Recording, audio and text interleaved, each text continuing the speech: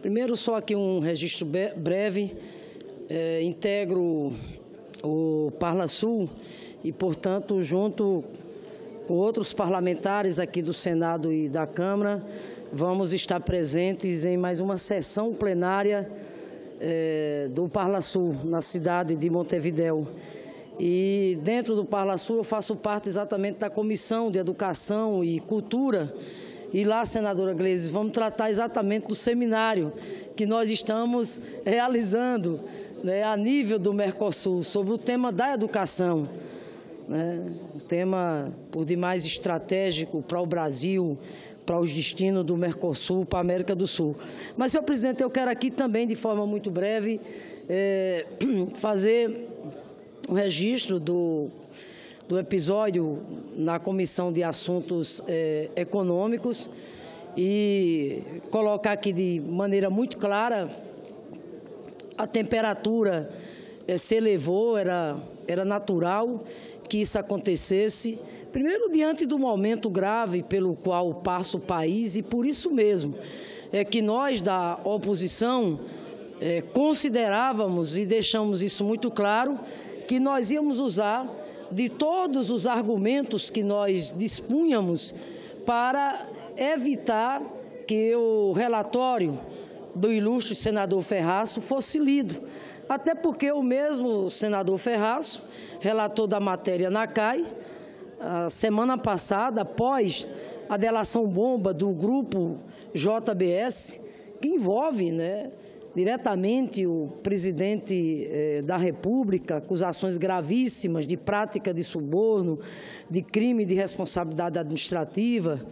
É bom lembrar que um assessor do próprio presidente, homem da sua mais estrita confiança, o deputado Rocha Loures, inclusive está preso, né, acusado de ter levado naquela ocasião uma mala com R$500 mil, fruto de uma propina acertada no valor de 15 milhões. Hoje, mais outro episódio envolvendo alguém de confiança também do próprio presidente, que é a prisão do senhor Tadeu Filipelli, também homem de confiança e assessor especial do presidente. O fato é que o Brasil, né, está de cabeça para baixo desde quinta-feira. Tanto é que as expectativas ainda continuam bastante fortes de que o próprio presidente venha a renunciar. O presidente hoje que tem no Congresso Nacional mais de 14 pedidos de impeachment das mais variadas instituições, dos mais variados partidos políticos, inclusive da própria Ordem dos Advogados do Brasil. Os pedidos de impeachment são, acima de tudo, a revelação da degradação do ponto de vista moral, do ponto de vista político, que tomou conta do governo Michel Temer e expressa o desejo da maioria da população brasileira da sua saída. Então, veja bem, diante de um contexto tão grave como esse, não é só uma crise de natureza política, é uma crise de natureza institucional. Aqui já foi mencionado, nós temos um ex-senador da República afastado das suas funções, senador que nada mais, nada menos do que era o presidente de um dos partidos de oposição à época, candidato nas últimas eleições, derrotado que foi, era o líder da oposição à época, aliás, que junto com o seu partido, são grandes responsáveis por esses momentos que o país está vivendo, quando não teve um gesto de grandeza, de respeitar a soberania popular e iniciar o processo de impeachment contra a presidenta Dilma, que terminou se consumando naquilo que vai passar para a história como a maior farsa política que esse país já vivenciou. Então, de forma que queremos aqui colocar o seguinte, que diante da situação que vive o país hoje, um governo moribundo, porque um governo que já detinha os maiores índices de rejeição da população do Brasil, depois desses últimos episódios, onde ele não é apenas delatado, ele foi flagrado, tem gravações. Então, depois disso tudo, há de se perguntar que condição do ponto de vista política há hoje nas duas casas, seja na Câmara, seja no Senado, de dar prosseguimento a matérias desta envergadura, como é a matéria que trata de mudanças na legislação trabalhista. Nós sempre temos colocado, senador Randolfo, que isso não é um projeto de lei qualquer. É um projeto de lei que visa alterar uma legislação quase centenária, uma legislação que é, sem dúvida nenhuma, uma carta que cumpre uma função social extremamente importante, que é de ação protetiva, de defesa dos interesses dos trabalhadores e trabalhadoras do Brasil, e, de repente, numa canetada só, o projeto que foi aprovado na Câmara e que aqui chega, altera mais de 140 artigos da consolidação das leis trabalhistas, que é a CLT. E o pior, senador Paim, é que as mudanças que eles estão propondo na legislação trabalhista vêm no sentido de prejudicar a imensa maioria dos trabalhadores e trabalhadoras desse país, aqueles que são os trabalhadores que ganham 1, 2 salários mínimos, porque, infelizmente, ao trazerem para a CLT a tese do negociado prevalecer sobre o legislado, isso na prática significa sim. Não adianta aqui eles tergiversarem. Mas ao trazer o negociado sobre o legislado, significa na prática retirar direitos, seja da forma direta ou indireta, dos trabalhadores e trabalhadoras desse país.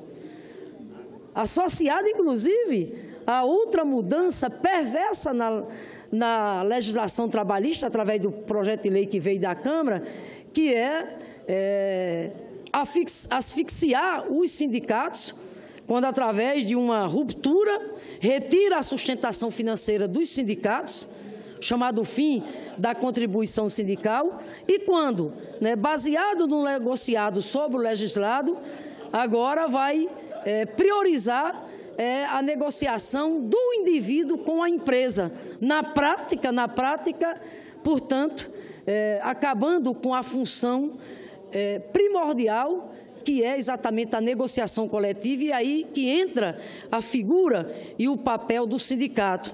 E, como consequência disso tudo, nós vamos ter praticamente o quê? O fim da justiça do trabalho.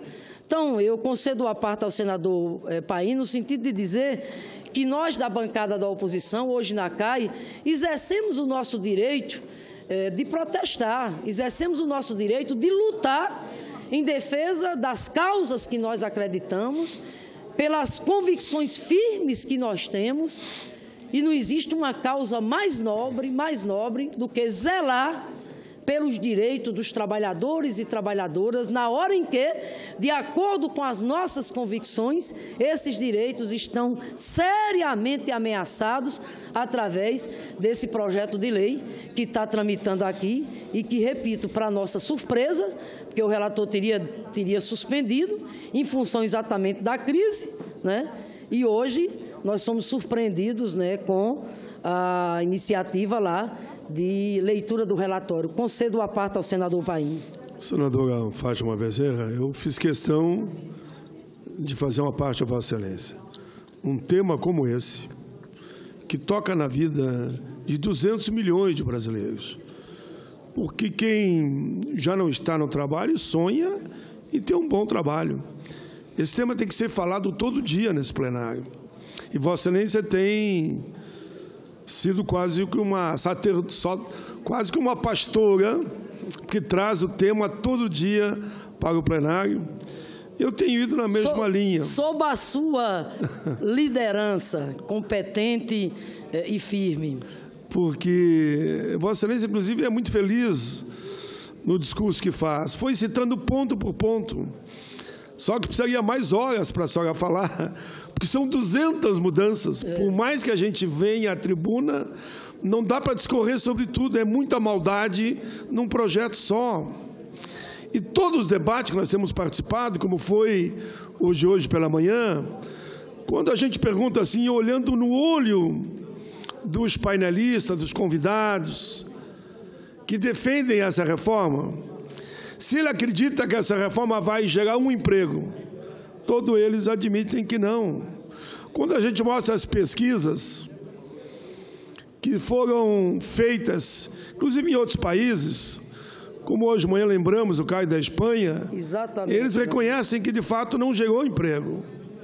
Quando a gente pergunta a quem interessa essa reforma, e nós dizemos, quando perguntamos, na nossa ótica, é somente para os empresários. E eles também reconhecem porque não se contrapõem. E Vossa Excelência lembrava aí alguns pontos, como essa do negociado sobre o legislado. Quem é que tem pressão e poder se não vai valer a lei? A lei valia para o mais fraco. Esse é o princípio mínimo do direito. Na dúvida, pro mísero. A lei protegia o mais fraco. Agora não. Com a pressão do desemprego, ou você aceita a imposição, ou você perde o emprego. Hoje, lá no fim da sessão, porque não vou entrar para não tirar muito o seu tempo, mas eu vou falar depois e faço questão do apartamento de Vossa Excelência. Hoje, no fim, lá, o que aconteceu? O relator deu por lido.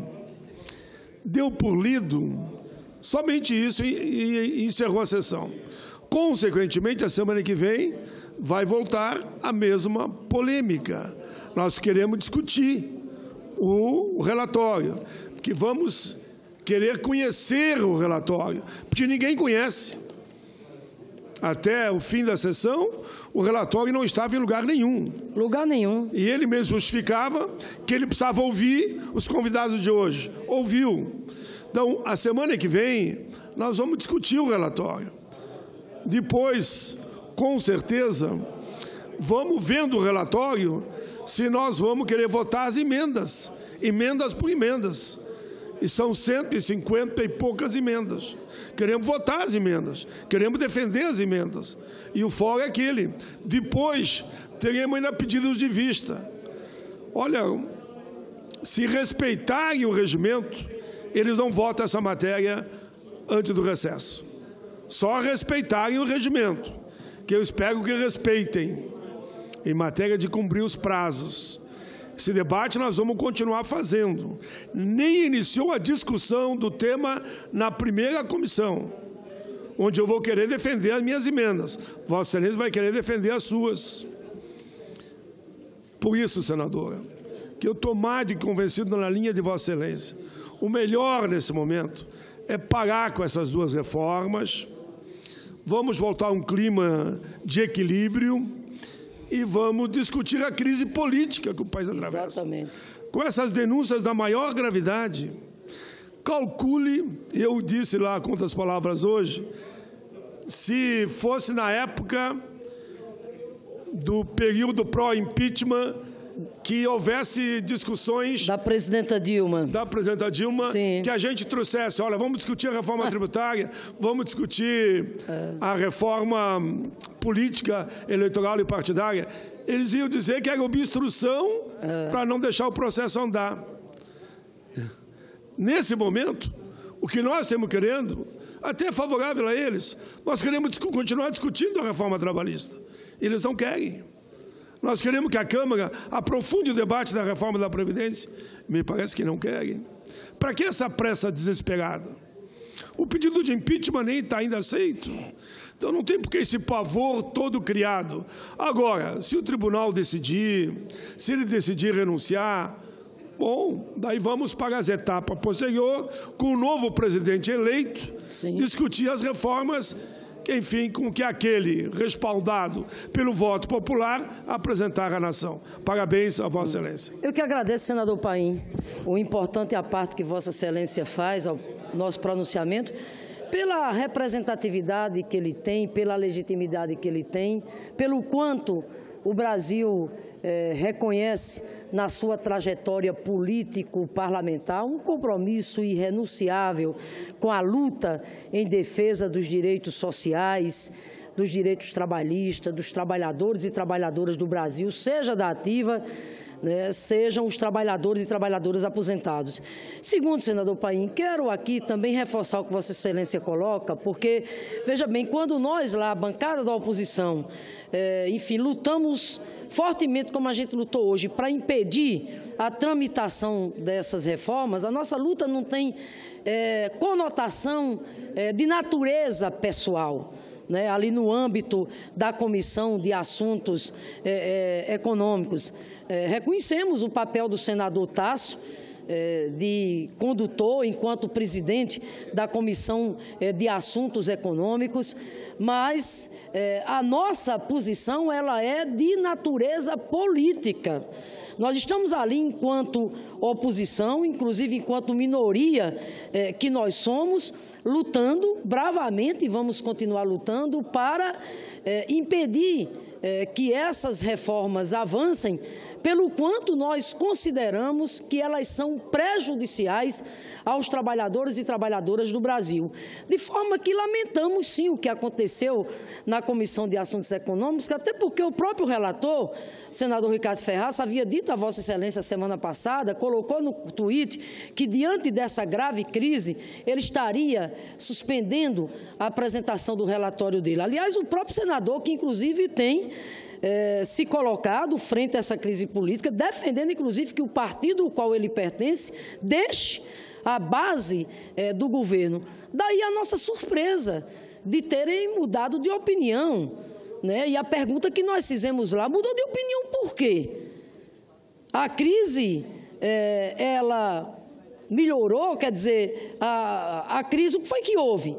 A situação do país melhorou, né? Está mais calmo? Muito pelo contrário. Se o argumento que eles usavam a semana passada era que vamos suspender a proposta, a tramitação do projeto de lei que trata de mudança na legislação trabalhista em nome da crise, essa crise só fez foi se agravar, senador Paim.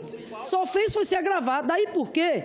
Né? Não existe para nós, né, outra justificativa do que aconteceu lá na CAI hoje, senão uma manobra do governo, usando o Senado da República, usando a base que lhes dá sustentação para fazer a leitura desse relatório e mostrar um retrato ao país, o retrato de que o Congresso Nacional está funcionando perfeitamente, um retrato de que o país está em normalidade.